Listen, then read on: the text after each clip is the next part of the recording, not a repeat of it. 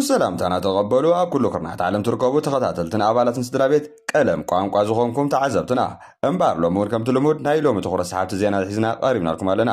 ናብቲ ፈላም ዜና ከነብል ነበር ፕረዚደንት ትግራይ ኣቶ ሃለቃ ፀጋይ ካብ መጥቃዕቲ ብሂወት ተሪፎም ኣብ ከተማ መቐለ ትማል ንጎ ኣብ ልዕሊ ኣቶ ሃለቃ ፀጋይ ነበር ፕረዚደንት ክልል ትግራይን ኣባላት ኣመራርሓ ህወሓትን ዝነበሩ መሰከፍ መጥቃዕቲ ከም ዝተፈፀመ ምንጭታትና ሓቢሮም። ብመሰረት እቲ ዝተረኸበ ሓበሬታ እቲ ፍጻመ ኣብ ከባቢ ቀበሌ 18 ሰዓት 12 ፈረቓኒ ተፈፂሙ። ሃለቃ ፀጋይ በእግሮም እናተጓዓዙ ከለዉ ካብ ባጃጃት ዝወረዱ 6 ዝኾኑ ተጠርጠርቲ ብሓይሊ ከም ዝሓነቆምን ኣብ ገጾም መጉዳእቲ ከም ዘብፅሕሎምን ተገሊጹ። እቲ መጥቃዕቲ ዝፈፀመ ሰባት ካራ ኣውፂኦም ከም ዝነበሩ ዝተገልጸ ኮይኑ እቲ ኩነታት ናብ ከቢድ ሓደጋ ክበፅሕ ይኽእል ነይሩ ተባሂሉ። ኣብ እዋኑ ሃለቃ ፀጋይ ምስ ዓጃቢኦም ዝነበሩ ኮይኖም ተኽሲ ከፊቱ ኣጥቃዕቲ ንምክልኻል ስጉምቲ ምውሳድ ድማ ተፈሊጡ ኣሎ። እዚ ድማ እቶም መጥቃዕቲ ክበታተኑን ከም ዝገበሮምን ሃለቃ ፀጋይ ብሂወት ክተርፉ ከም ዝሓገዘን ድማ ተገሊጹ። ኣብ ሕክምና ከም ዝበፅሑን ሂወቶም ኣብ ሓደጋ ከም ዘይኮነ ዝሓበረቶም ምንጭታት ክሳብ ሕጂ ግን ካብ ሰበስልጣን ይኹን ወይ ትካላት ፀጥታ ወግዓዊ መግለፂ ዝወፀ ነገር የለን። ሃለቃ ፀጋይ ኣብ ውሽጢ ህወሓት ዝተፈልየ ኣረኣእያ ካብ ዘለዎም ኣመራርሓ ሓደ ኮይኖም ብፍላይ ድማ ቅድሚ ውድብ ህዝቢ ይድሓን ዝብል ዝተፈልየ ናብ ህዝቢ ዝወገነ መርገፂ ብተደጋጋሚ ክገልፁ ዝተረኣዩ እዮም። እዚ ፍጻመ እዚ ኣብ ትግራይ ዘሎ ውሽጣዊ ውጥረትን ናይ ፀጥታ ስጋትን እናዛየደ ይመፅእ ከም ዘሎ ዘርኢ ምዃኑ ብዙሓት ተዓዘብቲ ይገልጹ ኣለዉ። ካብ መቐለ ናብ ኣዲስ ኣበባ ዝግበር ጉዕዞ ኣውቶቡሳት ንግዚኡ ተቋሪፁ ኣብ መኾኒ ውጥረት ተፈጢሩ። ኣብ መቐለ ናብ ኣዲስ ኣበባ ዝግስግዛ ዝነበረ 5 ዓበይቲ ኣውቶቡሳት ኣብ መእተዊ ከተማ መኾኒ ብዕጡቓት ምዕጋተን ዝገልጽ ሪፖርት ተዘርጊሑ ኣሎ። ብመሰረት ካብቲ ካብ ዝወፁ ሓበሬታት ኣብተን ኣውቶቡሳት ዝነበሩ ዝበዝሑ መንእሰያት ዝኾኑ ተሳፈርቲ ናብ ሓደ ኣዳራሽ ከም ዝተወስዱን ኣብኡ ከም ተዓፅውን ተገሊጹ። እቶም ሓበሬታት ከም ዝሕብርዎ ነቶም መንእሰያት ናብ ወታደራዊ መሰልጠኒ ብምውሳድ ምድላዋት ይካየድ ነይሩ ተባሂሉ ተቃሊሑ ኣሎ። ይኹን እምበር ክሳብ ሕጂ ኣብ ወግዓዊ ኣካላት ነዚ ዘረጋግፅ ወይ ዝነፅግ መግለፂ ኣይወፀን።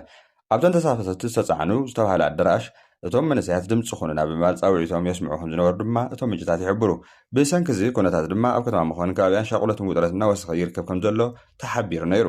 እተን ኣውቶቡሳት ለይቲ ሰዓት 9 ካብ መቐለ ተፈጊሰን ናብ ኣዲስ ኣበባ ጉዕዞ ከም ዝጀመራ ተፈሊጡ። ኣብ መእተዊ መኾኒ ምስ በፅሓ ድማ እቲ ናይ ምዕጋት ስጉምቲ ከም ዝተወሰደ ምንጭታትና ይሕብሩ። ድሕሪ እቲ ጉዳይ ኣብ ማሕበራዊ ሚድያ ሰፊሕ መነጋገር ምዃኑ ከባቢ ሰዓት 4:30 እተን ኣውቶቡሳት ከም ዝተለቐቃን ጉዕዞአን ከም ዝቐፀላን ድማ ምንጭታትና ወሲኾም ሓቢሮም። እዚ ፍጻመ እዚ ኣብ ሕብረተሰብ ብዙሕ ሕቶታት ዘለዓለ ኮይኑ ዝርዝር ሓበሬታን ወግዓዊ መብርህን ካብ ዝምልከቶም ኣካላት ክወፅእ ትፅቢት ይግበር ኣሎ። ሰልፊ ብልጽግና ኣብ 7ይ ሃገራዊ ምርጫ ኢትዮጵያ ዓወት ከም ዘመዝገበ ተገሊጹ። ናይ ኢትዮጵያ ብሔራዊ ምርጫ ቦርድ ውፅኢት 7ይ ሃገራዊ ምርጫ ብወግዕ ፍሊጡ። ብመሰረት ቦርድ ዘውፅኦ መደብ ሪፖርት ሰልፊ ብልጽግና ኣብ ፌደራላዊ ምክሪ ቤት ተወከልቲ ህዝብን ኣብ ዝተፈላለዩ ክልላዊ ቤት ምክሪ ቤታትን ዝተፈላለዩ ቁፅሪ መቐመጥታት ብምርካብ ዓወት ከም ዘመዝገበ ኣረጋጊጹ። እቲ ምርጫ ኣብ ታሪክ ኢትዮጵያ 7ይ ሃገራዊ ምርጫ ተባሂሉ ዝፍለጥ ኮይኑ ኣብ ብዙሓት ክልላት እናተኻየደ ዝፀንሐ ምርጫዊ መስርሒ ነይሩ። ብመሰረት ዝተገልጸ ውፅኢት ብልጽግና ፓርቲ ኣብ መብዛሕትኦም ናይ ምርጫ ክልላት ብዓብላሊ ድምፂ ብምርካብ ኣብ ማእከላይ መንግስትን ክልላዊ ምሕደራትን ዝለዓለ ወከልቲ ክህልዎ ከም ዝኽእሉ ተሓቢሩ። እቲ ቦርድ ኣብ መደምደማ ሪፖርቱ እቲ ምርጫ ካብ ብዙሓት ከባቢታት ብሰላም ከም ዝተኻየደ ዝገለጸ ኮይኑ ኣብ ገለ ክፋላት ሃገር ግን ብሰንኪ ፀጥታን ፈተናታት ሎጂስቲክን ፀገማት ምድንጋየትን ከምኡውን ምቁራፀት ከም ዘጋጠምዎ ኣፍሊጡ ኣሎ። ሰልፊ ብልጽግና እዚ ዓወት ከም መግለፂ እምነት ህዝቢ ክወስዶ እንከሎ ተቃወምቲ ፖለቲካ ሓይልታት ግን ኣብ ገለገለ ከባቢታት ኣብ ምርጫ ዝተረኣዩ ጉለታትን ተፃወታትን ብምጥቃስ ዝተፈላለዩ ርእይቶ የቕርቡ ኣለዉ። ፖለቲካውያን ተዓዘብቲ ከም ዝበልዎ እቲ ውፅኢት ኣብ ኢትዮጵያ ኣብ ዝቕፅል ዓመታት ናይ ፖለቲካ ኣንፈትን መንግስታዊ ፖሊሳትን ንምውሳን ዓቢ ተፅዕኖ ክህልዎ ትፅቢት ይግበር ክብሉ ሓቢሮም። ኣብዚ ሕጂ እዋን ናይ ምርጫ መጠቓለሊ ውፅኢት ዝተሓበረ ኮይኑ ሰልፊ ብልጽግና ኣብ ፌደራላዊ ቤት ምክሪ ተወከልቲ ህዝብን ኣብ ብዙሓት ክልላትን ብዓብላሊ ድምፂ ዓወት ከም ዘመዝገበ ተረጋጊጹ ኣሎ። እቲ ቦርዲ እቲ ምርጫ ብሓፈሻ ሰላም እኳ እንተተኻየደ ኣብ ገለ ከባቢታት ዝተረኣዩ ምቁራፅን ስሕተታትን ንምእራም ኣብተን ዝተወሰነ 11 ከባቢታት ዝበለን ድጋሚ ምርጫ ኣድላይ ምዃኑ ኣብሪሁ ኣሎ። ተዓዘብቲ ፖለቲካ ከም ዝበልዎ እቲ ምድጋም ምርጫ ኣብተን ከባቢታት ኣብ መጻኢ ፖለቲካዊ ሚዛን እታ ሃገር ዓቢ ተፅዕኖ ክህልዎ ይኽእል እዩ ክብሉ እውን ሓቢሮም። ብዘይካዚ ብሰንኪ እቲ ኣብ መንጎ ፌደራል መንግስትን ህወሓት ዘሎ ዘይምስማዕ ኣብ ትግራይ ዘይተተግበረ ተፈናቐልቲ ናይ ምላስ መስርሕን ኣብ ትግራይ ምርጫ ከም ዘይካየድ ኣቐዲሙ ዝተፈልፀ ነገር ኮይኑ ፀኒሑ ኣሎ። ሱዳን ብክሲ ኬሚካላዊ ኣፅዋር ውግእ ዓለም ለኻዊ ፀቕጢ ይግበረላ ኣሎ። ኣብ ሱዳን ዝቕፅል ዘሎ ውግእ ዝተኸልከሉ ኬሚካላዊ ኣፅዋር ውግእ ተጠቒምኩም ዝብል ክሲ ዳግማይ ዓለም ለኻዊ መድረኽ ሰፊሕ ትኹረት ይረክብ ኣሎ።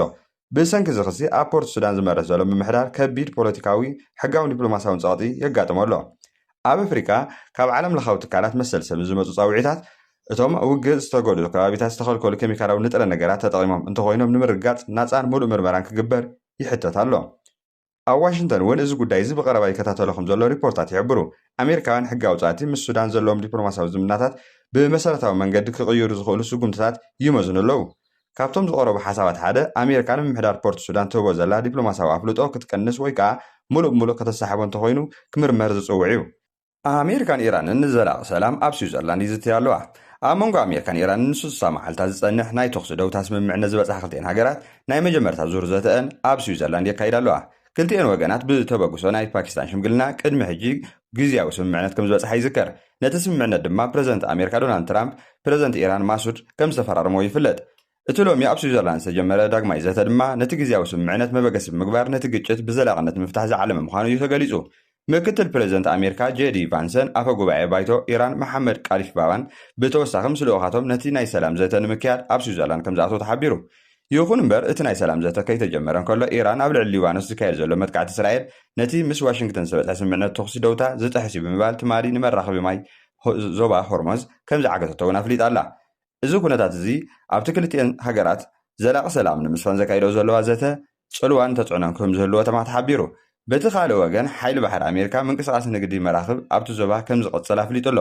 ከም ጸብጻብ ሮይተርስ ምክትል ፕረዚደንት ጄዲ ቫንሰን ቅድሚ እቲ ዘተ ኣብ ዝሃቦ ርእይቶ እቲ ዘተ ብፍላይ ኣብ ጉዳይ ኒውክሌር ናይ ሊባኖስ ተኽሲ ደውታን ውፅኢታዊ ክኸውን ከም ዝኽእል እዮም እምነቶም ገሊፆም። ብወገን ኢራን ላዕለዋይ ኣማኻሪ ቀዳማይ ሚኒስተር ኢራን ሙጀታባ ኻሚኒ ዝኾነ መሐመድ ሞክበር ኣሜሪካ ነቲ ኩሉ ግንባራት ዝሓቁፍ ናይ 14 ነጥቢ ናይ ስምምዕነት ሰላም ኣብ ግብራ የውዓለቶም ብምባል ከሲሶም ኣለዉ። እቲ ስምምዕነት ኣብ ወረቐት ጥራይ እንተተሪፉ ምንቅስቓስ ነዳዲ ኣብቲ ዞባ ተቋሪጹ ከም ዝጸንሕ ድማ ኣጠንቂቖም። ንሎሚ ዝበልናዮም ምንጪ ጽጹሕ ሓበሬታና ዝኾኑ ዜናታት እዚኦም እዮም ነይሮም። ኣብ ቀጻሊ ብተመሳሳሊ ሓበሬታ ክሳብ ንራኸብ ሼር፣ ላይክ፣ ሳብስክራይብ ምግባር ኣይትረስዑ። ዘለኩም ርእይቶ እውን ኣብ ኮመንት ሴክሽን ኣቕምጡልና። ወደ ሓንኩም